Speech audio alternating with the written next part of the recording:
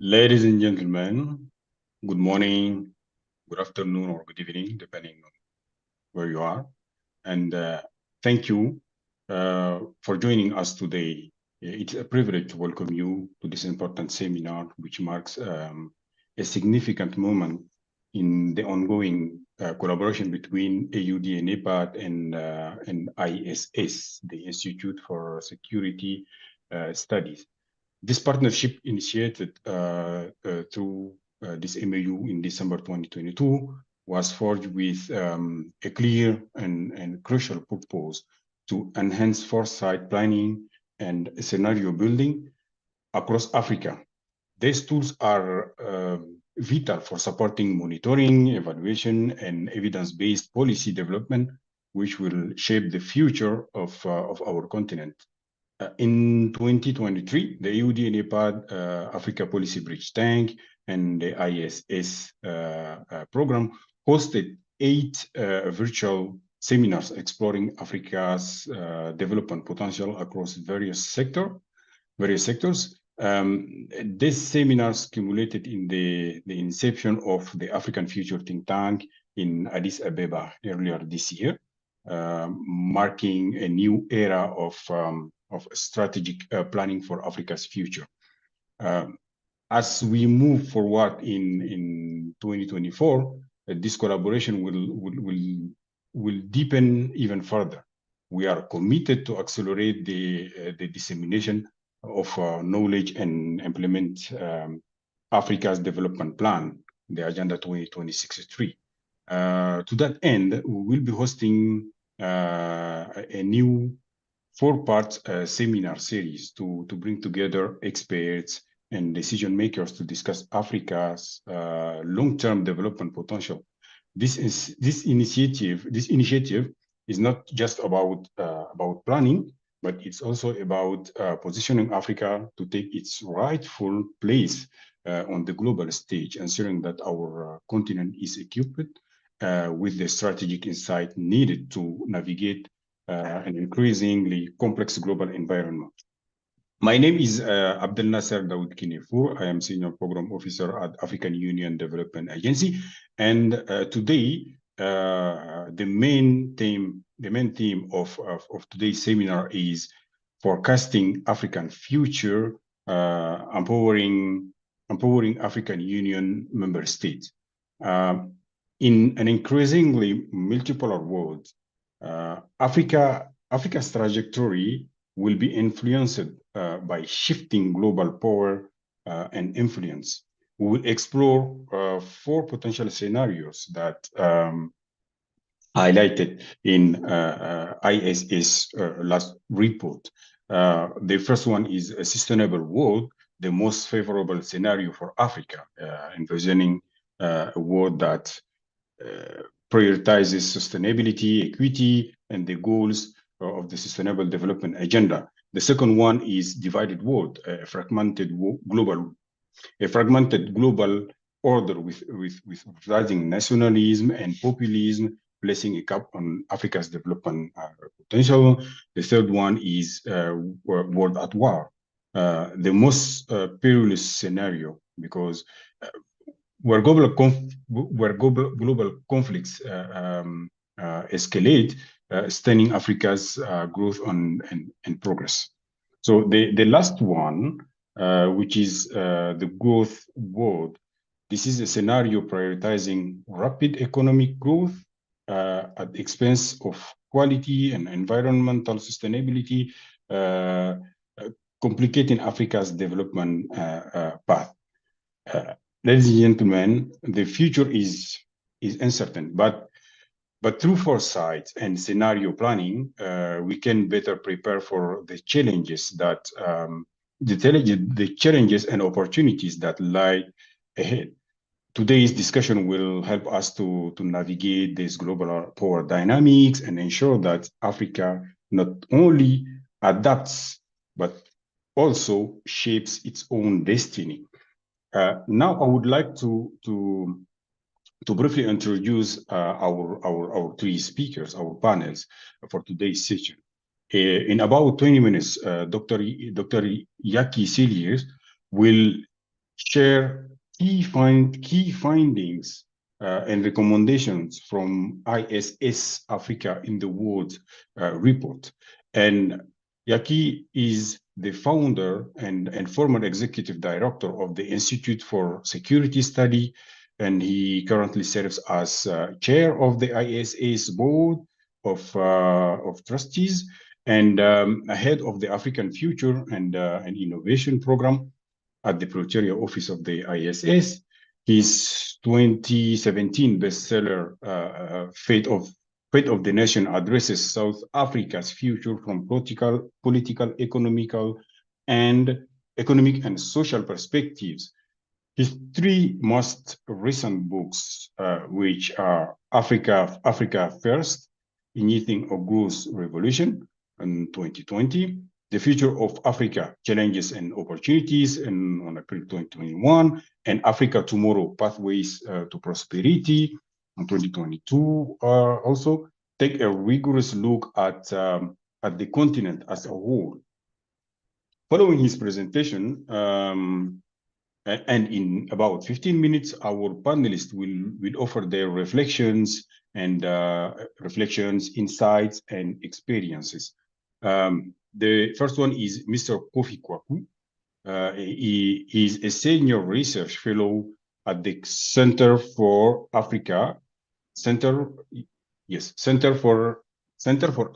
China Studies at the University of Johannesburg, South Africa. He's a sessional lecturer in anticipatory governance at the Wythe School of Governance of the University of the Witwatersrand in Johannesburg. He's currently a consultant and strategic foresight advisor to the UNFPA ESARO in Johannesburg, and he's alumnus of Oxford University, Said Business School Scenarios Program, and the Global Business Network, developing and using scenarios with a focus on deep public participation, stakeholders consultation, segmentation, and management in human and people's rights in Africa. Public policy and governance and strategic governance, communication and organization. The last one is Dr. Kennedy Mbeva. He's a research associate at the Center for Study of Existential Risk, CSER, University of Cambridge. Formerly, he was a postdoctoral research associate at the Blavatnik School of Government in University of Oxford. His research focuses on the governance of global catastrophic risk, including climate change. He's a Kenyan national. Dr. Mbeva has studied and worked in Africa, Australia, Asia, Europe, and he contributed to IPCC's sixth assessment report and served in Kenya's delegation for UN climate change negotiations. His latest book is Africa's Right to Development in a Climate Constrained World. We will open after this intervention the floor for Q&A sessions, and before we close at noon. Thank you once again, ladies and gentlemen, for being here with us, and I look forward to the insightful discussion ahead. Now, I would like to give the floor to Dr. Yaki. Thank you very much, Abdul Nasser. I hope everybody can hear me. I'm going to share screen and briefly give an overview of the work that we have done. So allow me a second.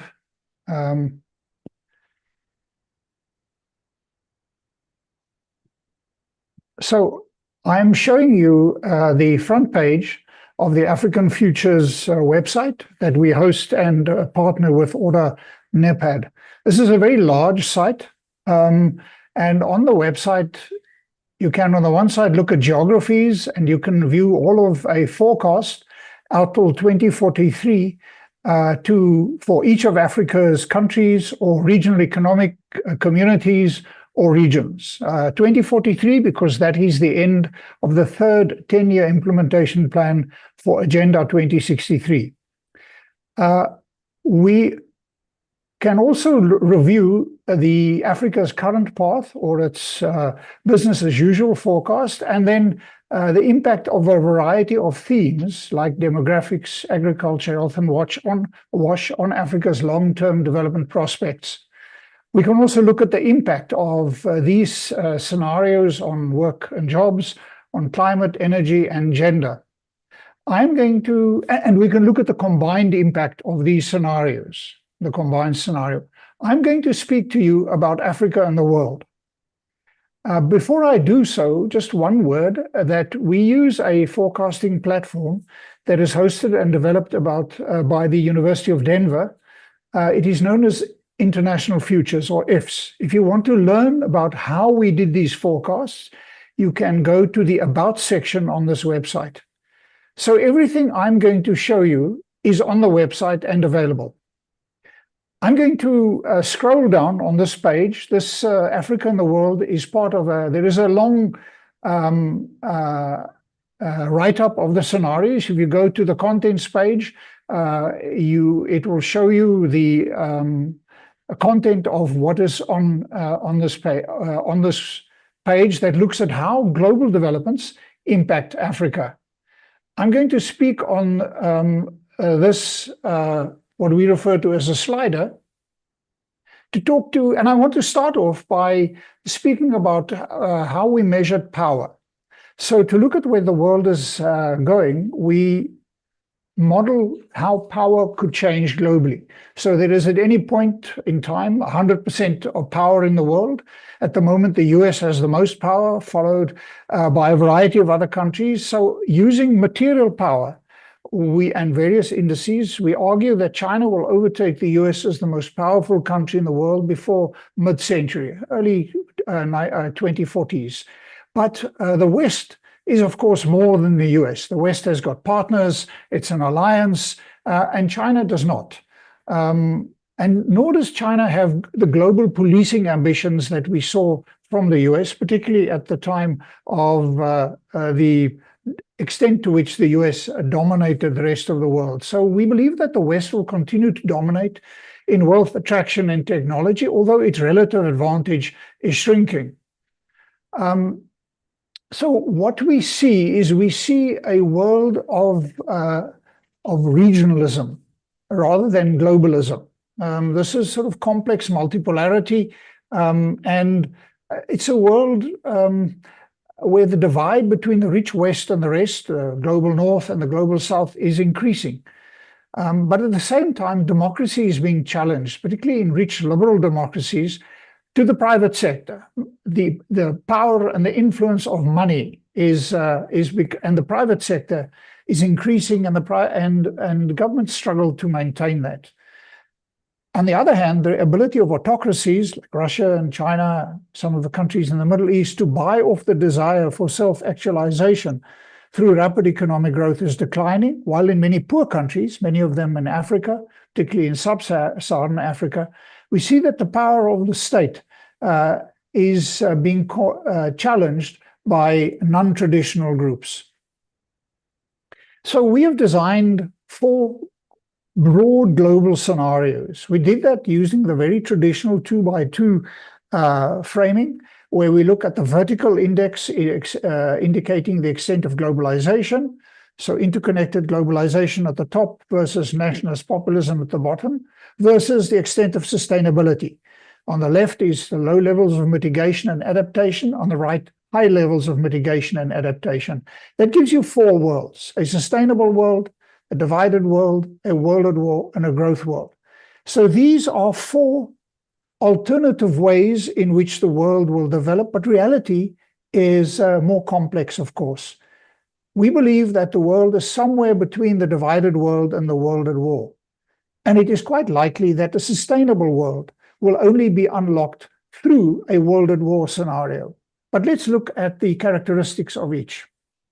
So this is a summary of the characteristics of each. Sustainable world, a rules-based world. It's the most difficult to achieve. As the name indicates, this is a world that premises sustainable development. So as opposed to the divided world, a fragmented, tense world of clubs, BRICS, the G7, and so on, versus a world at war, which is really, we refer to this as bipolarity on steroids. This is where successive wars escalate either from what's happening in Ukraine or from the Middle East, and so on. In the growth world, money and technology dominates politics, and eventually Asia grows more rapidly. China overtakes the US perhaps earlier, but this presents China with various challenges with regard to the pressure for democratization, probably within China. This is what the size of the global economy would be in each of those scenarios. On the left-hand side is 2019. At the bottom is Africa's size of the African economy, $2.5 trillion. The economy of the rest of the world, $83.6 trillion. And then there are the four scenarios. It shows the total world, the rest of the world versus Africa at the bottom. Just to show you that these four alternative scenarios have a very dramatic impact on the size of the global economy. This is what happens with carbon emissions in those different worlds. Remember, the economies are very different. And this is a line graph from 2019 until 2043. And it shows you total emissions in tons of carbon for a sustainable world. Although the sustainable world economy is much larger than any other, carbon emissions are much lower. World at war, the world at war global scenario, a global economy is small, but yet it releases significant amounts of carbon versus a divided world and, of course, a world at war. Africa's future looks very different in each of these scenarios, and you can read the very detailed analysis on that page that we've referred to. I'll ask Judy to share the link to this page also on the in the chat function. So in the sustainable world, regional integration happens, better governance. Africa grows at about 7.7% annually. Now, at the moment, Africa is not getting close to those kind of growth rates. This is for all of Africa's 54 or 55 countries, depending if you include the Western Sahara in your estimation of Africa. Whereas in a divided world, which is probably close to where we are at the moment, Africa only grows at about 4.5%. Countries are instrumentalized by China, the US, EU, the Middle East, and others. But on a world at war, the African economy still grows. Secession movements multiply, but because Africa has a large growing population, its economy increases more slowly at only about 3.3% average growth rate to 2043. In a growth world, Africa's allegiances fragment. Different regions link up to different partnerships, and this is a world of winners and losers. But you can read all about these different African scenarios in the theme on our website. This is what the size of the African economies in each of these scenarios. It's exactly the same data as I showed you previously, but previously I had the rest of the world on top of this. So in a growth world, Africa would get to about $9.2 trillion, slightly above the size of the African economy in a sustainable world at $9 trillion. But of course, that growth is unsustainable from a carbon emissions and equity point of view. But as I've said, we are somewhere probably between a divided world and a world at war. And those scenarios, as we can see, have a dramatic impact on the size of the African economy. This is what happens with extreme poverty in each of those scenarios. On the left-hand side is percent of population. Africa, the size of the African population that lives in extreme poverty, in this instance, $2.15 per person. And on the right-hand side is the number of Africans that live in extreme poverty. In the top scenario, in the world at war, poverty continues to increase in absolute numbers out till 487 million by 2043. Whereas in the sustainable world, extreme poverty in Africa could come down to 171 million people, or 8% of the African population. We know that Africa will miss the Sustainable Development Goal of eliminating extreme poverty by 2030 by a large margin. In actual fact, on our estimate, by 2030, Africa will have, what is that? Close to 26% of its population still living in extreme poverty. Compared to the sustainable world, which is, let's call that an ideal type of world, the divided world will see Africa release 36% more carbon by 2043. GDP per capita will be 17% lower, and extreme poverty will be 55% higher. Of course, this is a bit of an unfair comparison because I'm comparing the best outcome for Africa with the divided world, which is very close to our current trajectory. The war in Ukraine, the fear of China's rising influence, and events in Gaza have significant collateral damage effects. I've already spoken about the growing divide between the global south and the developed north. But the problem for Africa is that Africa is often forced, or our partners want us to make a choice. We can't make that choice. Africa needs China. It's the largest foreign investor, the largest builder of infrastructure in Africa. We need the European Union. Our exports to Europe are much higher value than they are to China.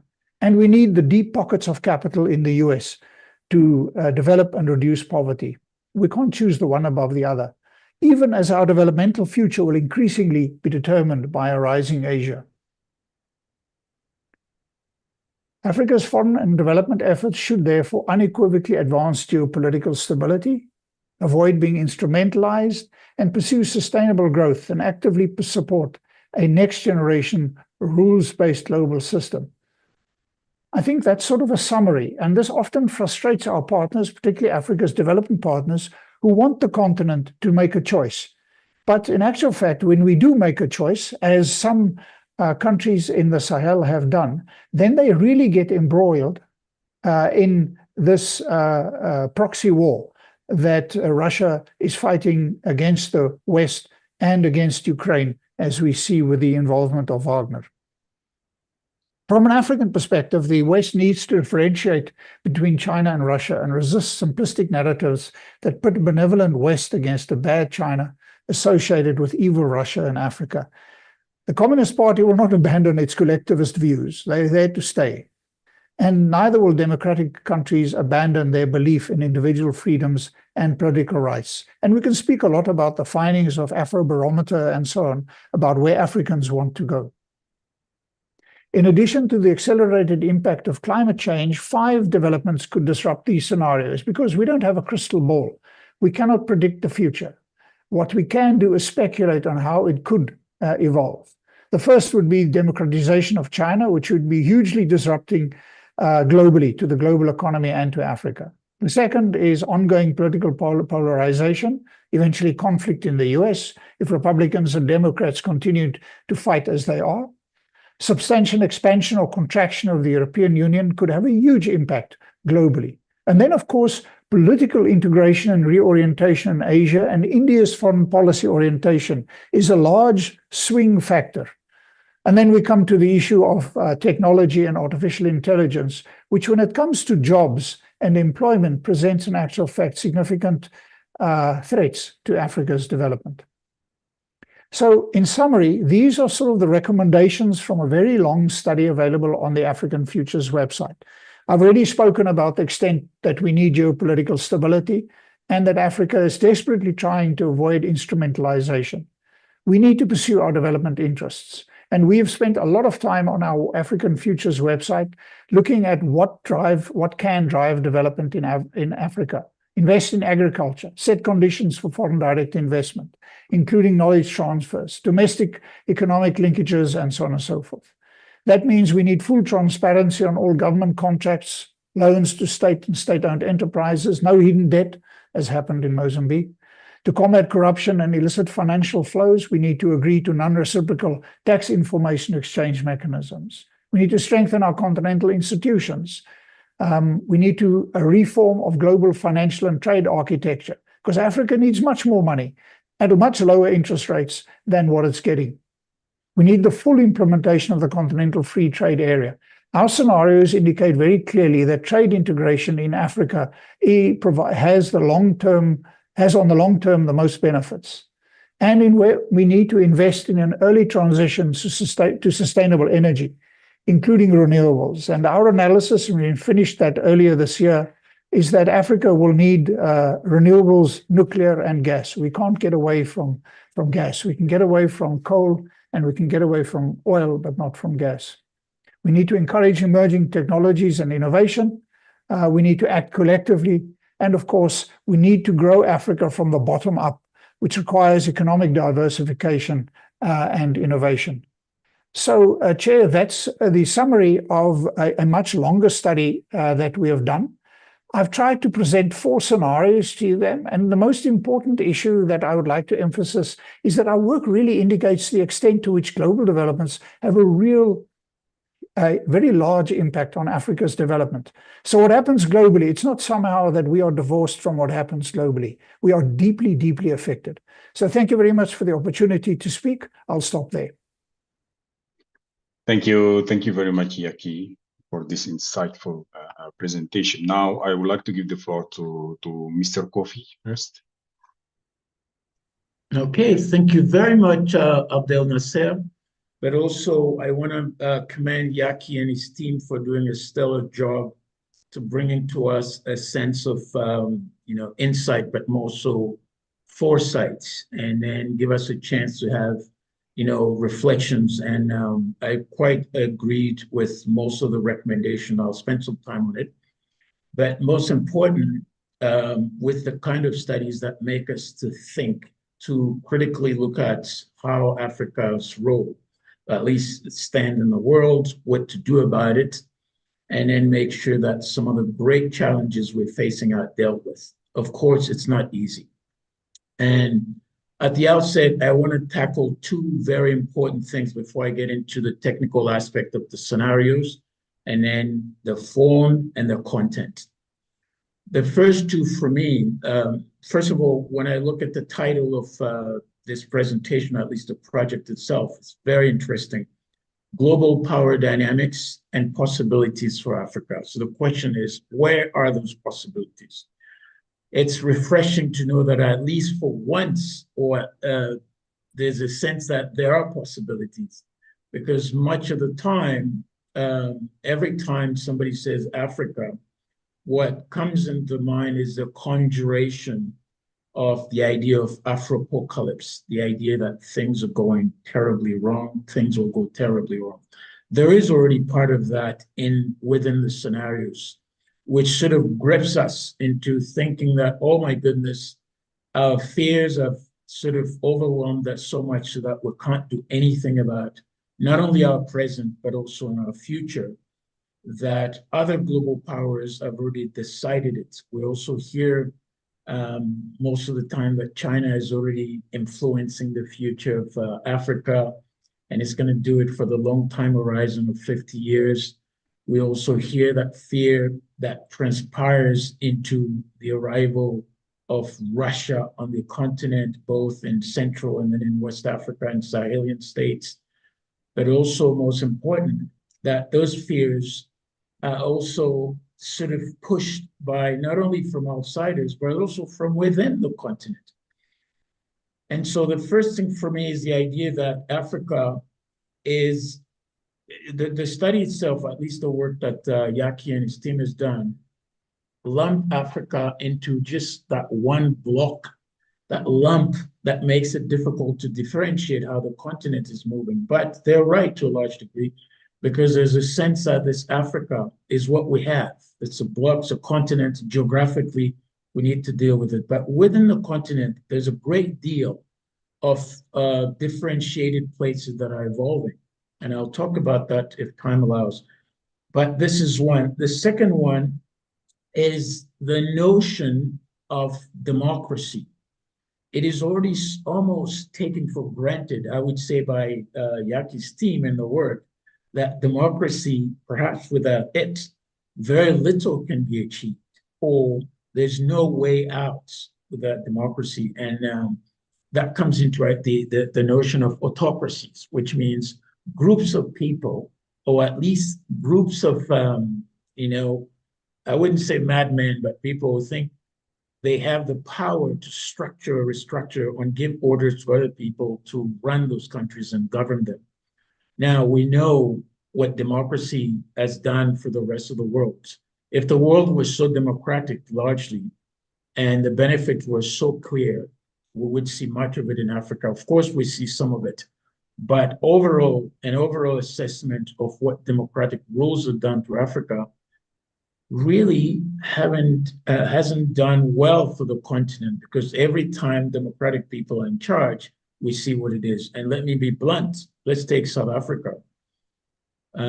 If with all these 30 years of democracy, the numbers are coming up this week, Statistics SA has come out with unemployment rates, they're getting worse. Poverty rates, same thing, published a couple of months ago by the United Nations, that South Africa is the most unequal country in the world. We take also inequality, same thing, crime, corruption. I mean, I can give you a whole list of undesirable criteria. But South Africa is said to be one of the most democratic countries in the world. So I'm just using a simple example to demonstrate that the ideal of democracy, while so exciting, need to be taken also with a pinch of salt. So these are the two things I wanted to bring up forth. Now, let me quickly go to the element of the scenarios, the four of them. And I think you guys have done a good job, Yaki. We have what you call two dimensions. The one is the sustainability part, and then the other one is the sort of multipolarities or globalization, as you call it. So these two driving forces indeed will shape the world. And the way they shape the world makes it so interesting, but also has an influence on Africa.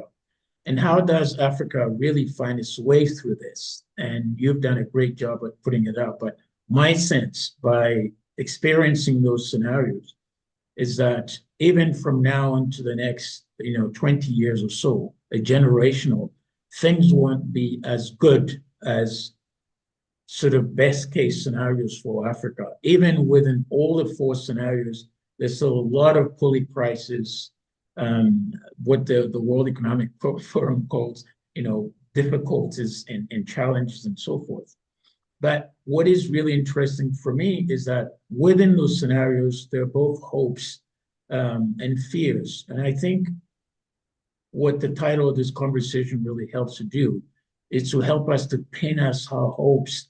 Although the world's not going to be favorable to Africa, there's no doubt it's going to take time for many of us to get out of this. Many of us may not even see that new world where the possibilities are. But the world of a divided environment is not good for Africa. We know that.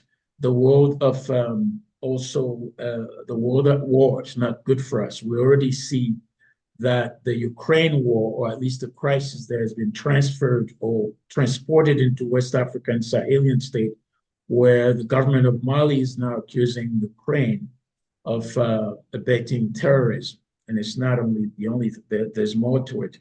But if we want to be hopeful, I think the growth world is probably something that I find it hopeful.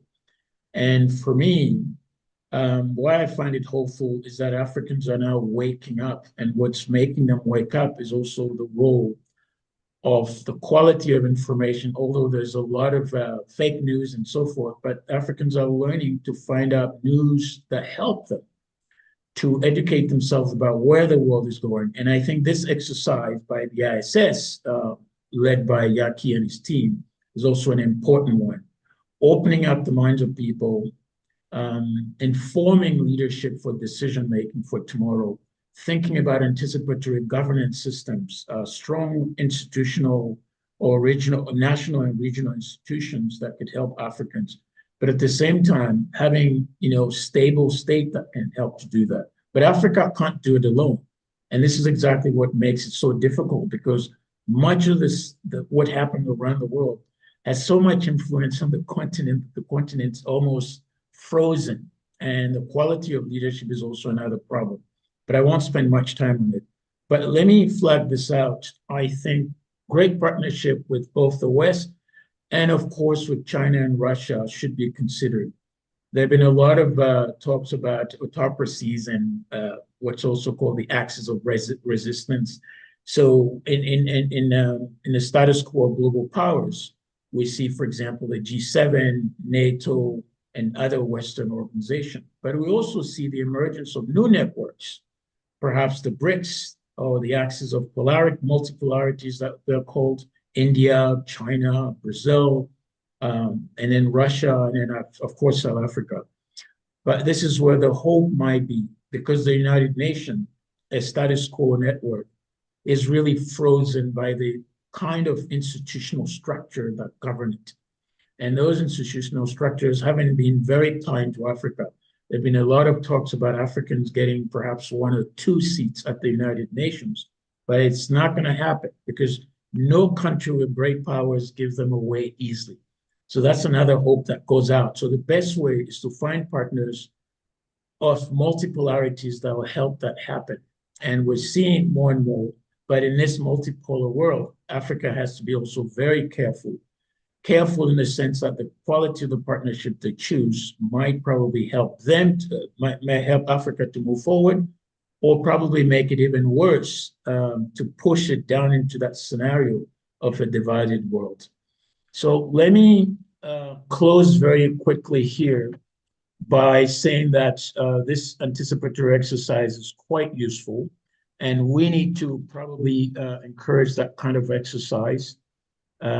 Africa's world, in terms of possibility, will only be realized, I would think, at least for what I know, based on the evidence, on the quality of the leadership that runs it. And at the heart of this liberation, what I call Afridomia, is the sense that those who are going to run these African countries must have a sense of sovereignty, thinking about Africa, not just Africa first, but thinking that Africa must really rely on itself and avoid the dependency that crippled it for so many centuries. And so our hopes and fears must rely on this quality of leadership. On that note, I want to say thanks to Yaki, and also thanks to the moderator. Thank you. Thank you very much, Mr. Kwaku, for this intervention. Indeed, when it comes to political or to the world environment, the question that we ask is, are we considering Africa as a whole, as one, or multi-Africa? Sometimes we heard about Africas with S, or Africa just one. And the second thing is the definition of the democracy. What we are seeing now around the world is this one democracy or different democracy, or the question of democracy also is here. Thank you for your intervention.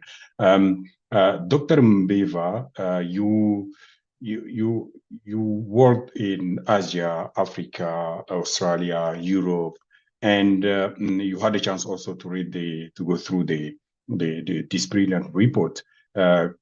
Could you please share with us your insight and your experience, based on your experience, your insight, and your reflection about this report? Over to you. Absolutely. Thank you very much, Abdel Nasser, for the invitation, but also very nice overview and summary of the presentation and comments. Thank you, Jackie, for a very interesting presentation, which really does a very nice job of summarizing a very insightful report that I very much enjoyed reading, and I think is very, very timely. And thank you as well, Kofi, for rolling the ball in terms of the comments and reflections. So some of the points I've raised have been touched on, so I'll try to elaborate on those points, but also try to bring in some other perspectives on what really struck me, not just reading the report or the presentation, but also from the discussion here.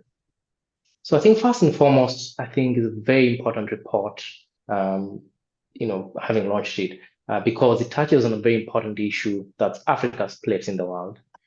That debate has been going on for a very long time, but I think the framing this time around of putting Africa at the center of the analysis, rather than essentializing it, thinking of Africa as abstracted from the rest of the world, I think is very welcome, because that really raises the question of, where do we fit as a continent within the broader global community?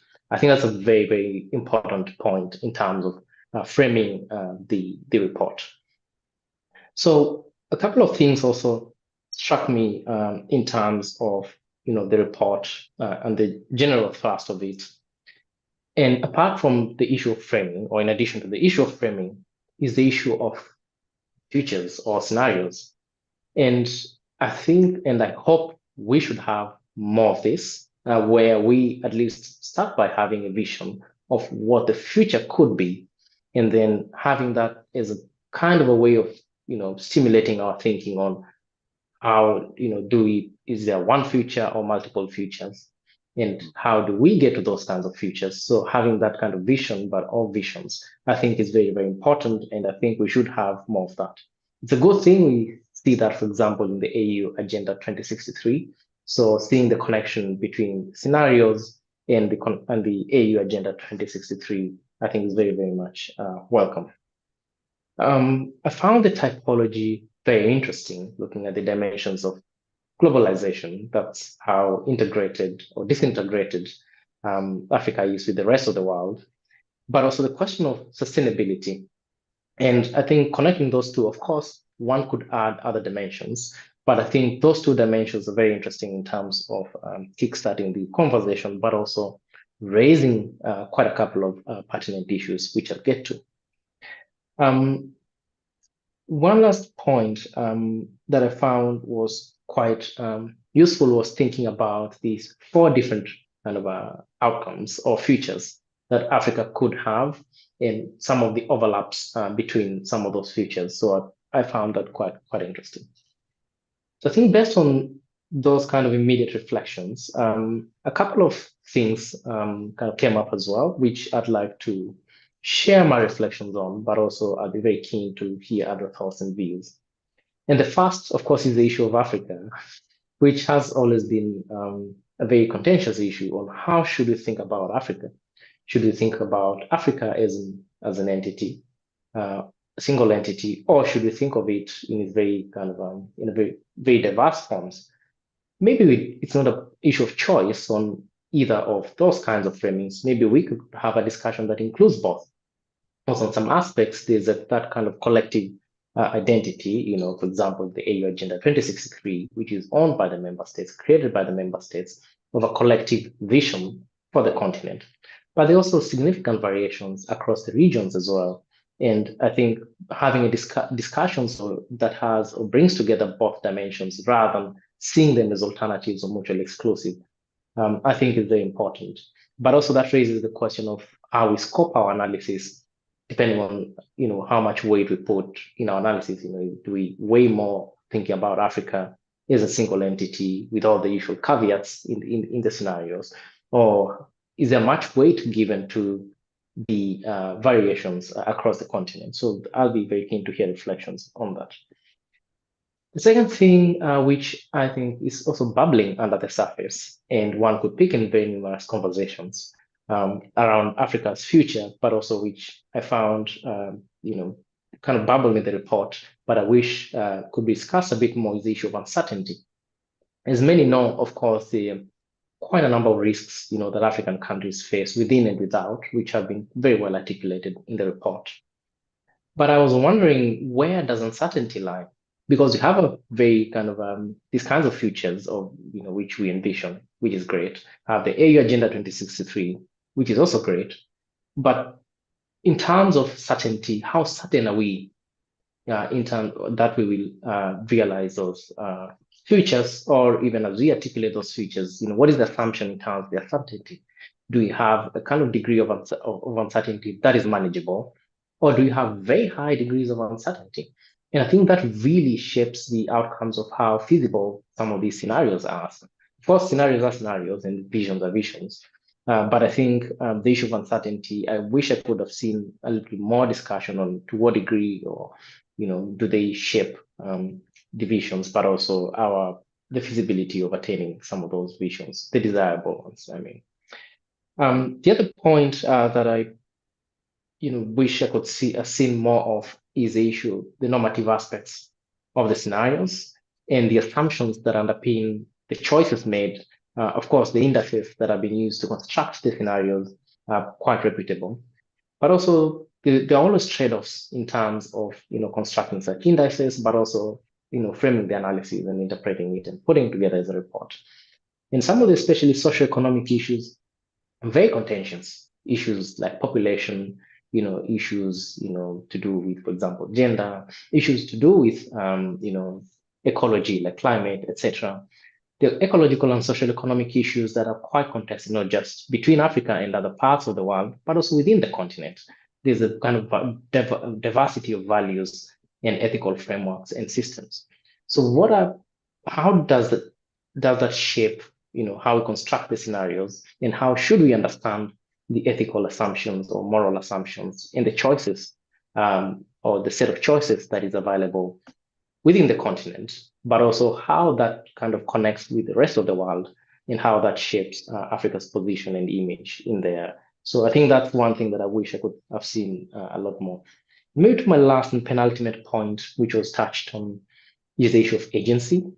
Having a vision is really good, but also there's always, which is a good thing, that narrative that, we should not catastrophize the continent, even though we do have quite a number of challenges, but we should think more about the possibilities that we have or can create, which I think is a very good narrative. But that raises the question of agency as well. And here I'll narrow the scope a little bit to leadership. And the point that has been raised by Kofi is a very pertinent point about regime types. Should we understand leadership in terms of the regime? A democratic or liberal democratic regime is more kind of appropriate in delivering the scenarios that are ideal, or more autocratic kind of regimes? Or should we maybe talk about good governance? And where that connects with leadership, good governance might take various forms across the continent because of historical legacies, cultural legacies, and many other kind of contexts that shape, the kind of regimes that we have. Should we maybe talk about good leadership and good governance? And that could vary how it looks like, but also what is indispensable is leadership that's needed to not only articulate some of the visions of where the continent needs to be, but also how we get there.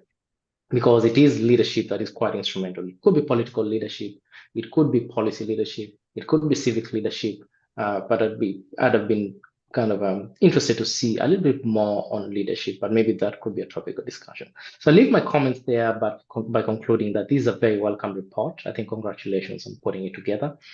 It really concretizes the discussion by presenting very interesting scenarios that are based on rigorous work, but also stimulates and raises important questions that I think it's more important to debate them and discuss them than have very definitive solutions. So thank you very much.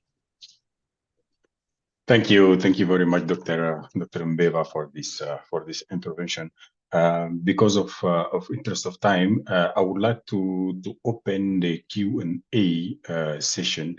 Dear participant, you could raise your hand and you will unmute yourself when we give you the floor.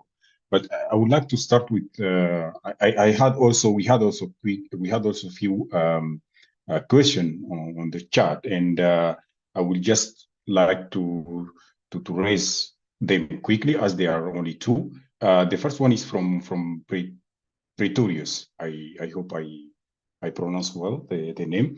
And the question is, in the ISS graph of full scenarios, what does the globalized interconnected side mean for African nation state?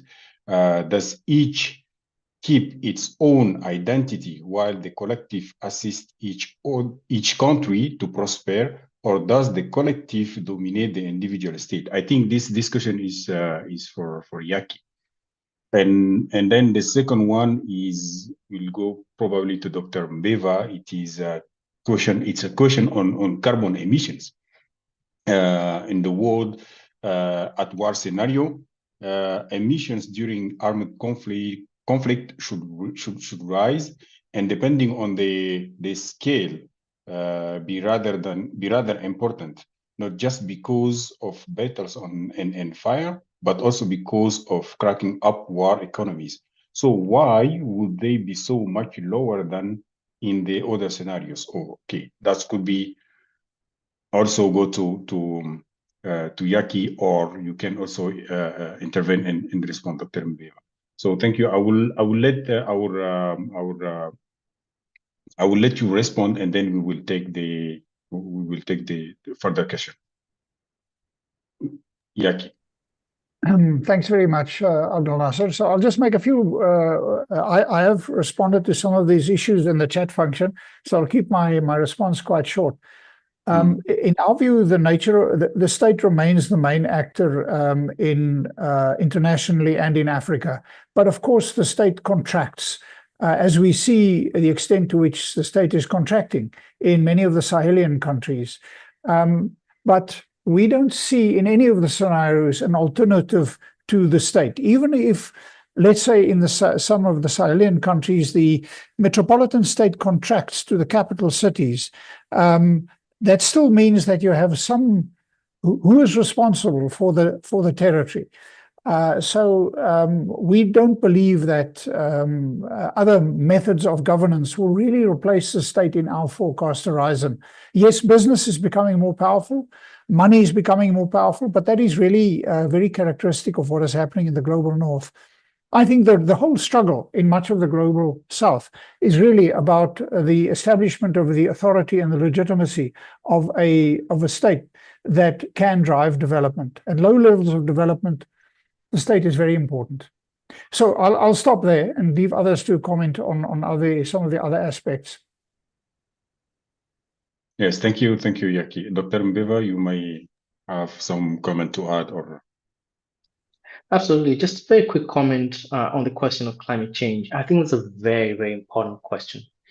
I'll give a very quick view of how at least I think about it. Of course, climate change is one of the really big challenges we are facing. For the African continent, we have a double tragedy. We've contributed the least to that problem in terms of emissions, almost like 4%. But also we're suffering from the disproportionate impacts. So that's the ecological side of it, which is kind of a tragedy. And African countries, I think, have been very wise to think about the problem, not just in terms of it being an ecological problem, but also a developmental problem. And if you look at, for example, the climate pledges of many African countries under the Paris Agreement, they have this framing that we will reduce our emissions, but this has to be in line with sustainable development.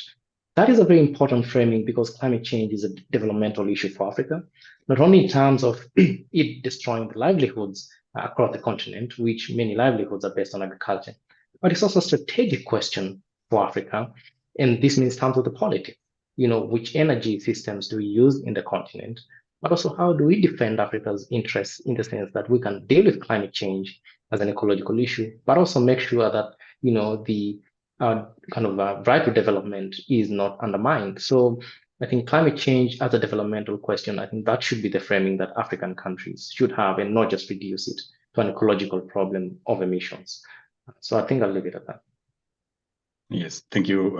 Thank you very much. So I see one hand raised from the audience.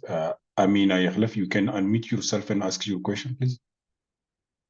Yes, thank you, Abdel Nasser. Thank you, everyone.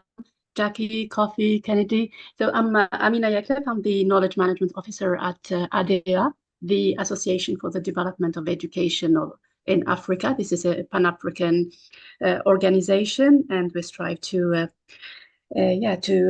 produce knowledge products that will help our state members in their decision making in anything that has to do with education and skills development. So my question, because I wasn't sure I would be given the floor, so what role can, according to you, education and skills development play to build a sustainable growth and bring or keep peace in our continent? Thank you very much.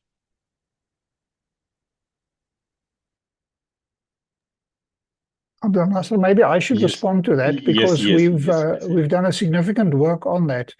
I'm going to share my screen and just take us to one of the themes on our website, which is really a theme where we modeled the impact of better education on the long-term future of Africa. And if you scroll down on that page, there is the kind of slider that I use to speak to you about Africa and the world. And on the left, there's a content button. And there is an entire analysis of the role of education in Africa's development. Extensive amount of work. We look at the quality of education, we look at the quantity of education, and we look at the extent to which education contributes to key outcomes such as income, poverty reduction, improvements in health, and so on. And our modeling is out till, as I've said, out till 2043. And then elsewhere on the website, in our combined scenario, we in actual fact compare the impact of better education with, for example, the implementation of the Continental Free Trade Area or better health, and what is their impact on Africa's development potential. So in that sense, what we've tried to do is we've tried to compare the impact of these various sectors, what we call themes. We sort of ask the question, what gives you the best return on investment? Now, we all know that education is hugely important, but education changes very, very slowly. But it has over very long-term horizons, more than a generation. It has a huge impact, and its impact is sustained. Whereas if, for example, you build infrastructure, you get a much more instant response. You create employment and incomes and so on. It doesn't improve your human capital endowment. And that, of course, is what education does. So there's a lot of material, a lot of work available on the African Futures website that I would really urge you to explore, not only for the sectors, but also how the sectors compare with one another, because I think our work in that regard is quite unique. I go back to what in my presentation, I made the point that over 10, 20 years, our view is that the full implementation of the Continental Free Trade Area has the largest impact on reducing poverty and improving incomes. But that will not happen without those other interventions, of which, of course, education is very important. Thank you. Thank you very, very much, Yaki. So because of interest of time, we can take all the questions, but there is one that I would like to bring here, and will ask all of you, three of you, to respond to that. So it's coming from Timothy, and it's duplication, by the way. The question is, in what ways may Africa have a leverage in global process to be instrumental? And the second is what how can I say part is what specific issue areas do you think Africa can and needs to focus on in global policy governance process, or what role for African academic research institutions and knowledge production generally, and what is the referenced report? So for the report, he I'll let you respond to these questions. You can respond, three of you. We'll start with Yaki. Thanks very much. We model governance and as one of the dimensions. We all are concerned about governance, but of course the one thing that we can't model is what in academic terms we term agency, leadership. We know that leaders can make a difference. They can take countries forward, or a poor leadership can allow countries to stagnate and go back. We can't model that, but leadership is hugely important. We are very concerned about what we see with regard to the extent to which the African Union seems to be losing agency globally, and the extent to which it's very difficult for Africans to come up with common positions on many issues. That is why in our recommendations, we speak about the importance of dealing with the low-hanging fruit. Africa will never take a common position on Ukraine, even on issues like Palestine or Taiwan.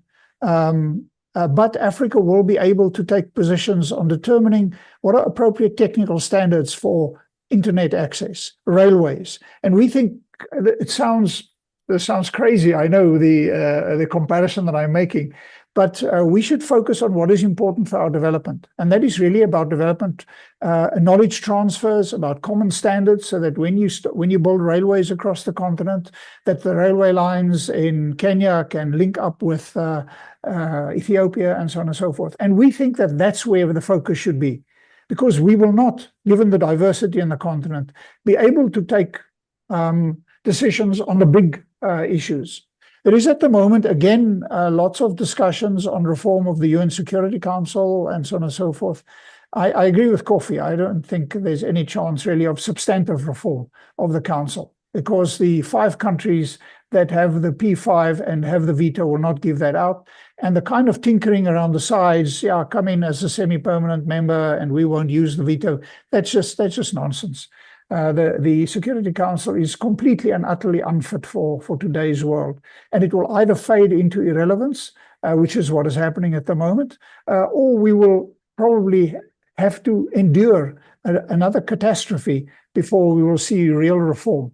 Because unfortunately, the P5 and particularly the Global North will not be prepared to make any changes to the Security Council. But above all of that, we have the Isleweni consensus, which is the common African position. But what we are very good at in Africa is we're very good at standing against things, but we're very poor at coming with suggestions about how things should be.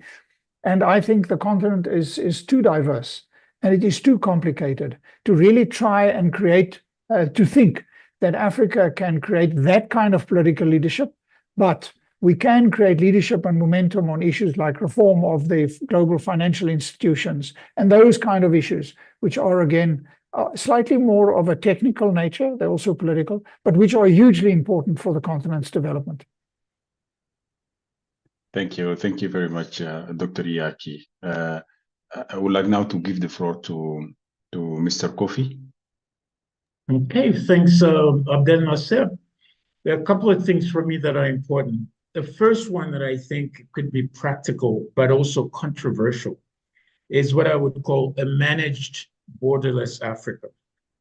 One of the byproducts of what we know is that mobility and the idea of putting people together, having them exchange ideas, see how they live culturally, and all other aspects that we don't see much, helps to educate Africans among themselves. And one of the impediments we have so far is out of the 54, if not 55 countries, I know I shouldn't be saying that in Morocco, but out of the 54 countries, it is difficult to travel.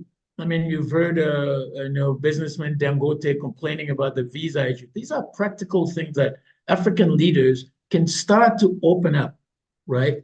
To get people to move about. I know Rwanda is doing some things, South Africa is doing also a few things, other countries are doing, but the visa regimes are constraining the ability and the economic mobility and development of the continent. That's the first one. That leads to the next one, which are development interests with the Africa Continental Free Trade Agreement. This needs to be speeded up because what it does is it helps Africans to connect with each other. And until we have that connection, we'll struggle at best. We won't be able to make it. And it's a very powerful thing for other Europeans to come to Africa. They can move about. But many of us need 2, 3, 4 visas to go on the continent. So that issue needs to be dealt with. That's the first one. Reduce dependence, the managed borderless Africa, but also reduce the dependency of Africa on its former colonial powers. That's something that must happen. One way or another, it's already taking place slowly in West Africa with Mali, Burkina Faso, Niger, and then perhaps not yet quite clear, but with Senegal, but it's taking place. The next one I like with the recommendation of Yaki's team on this report is full transparency. But I must say, Yaki, it's going to be very difficult because this is where the power dynamic comes from. So if you have European negotiating big mining contracts, natural resources and so forth, they wouldn't want anybody to be aware of the details of that. And those full transparencies will be useful for Africans to sort of have agencies to decide what their people really need for their wealth building. And I think that's a really important, especially around the minerals and the wealth and so forth. And we've seen for the past 15 to 20 years what is called it's sort of saying resource nationalism. We want Africa's resources to help the continent first before it helps others. And I think that's full transparency might be able to help it. It may be taking a little bit of time.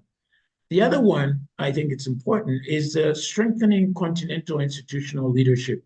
And I think that one, Yaki, you put it up very well. It's going to be also a difficult one, but we need to drive it. I think President Kagame, as much as many people find him autocratic, trying to drive it at the African Union, he was not quite successful.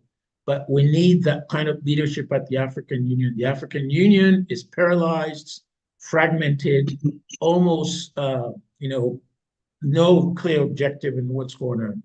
And then I want to close with this one with the new sort of interest in the energy transition issue.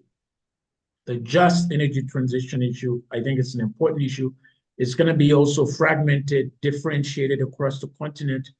And the idea that Africans must abandon their resources, their coal resources or carbon-based wealth for some kind of thing they don't have the mastery on.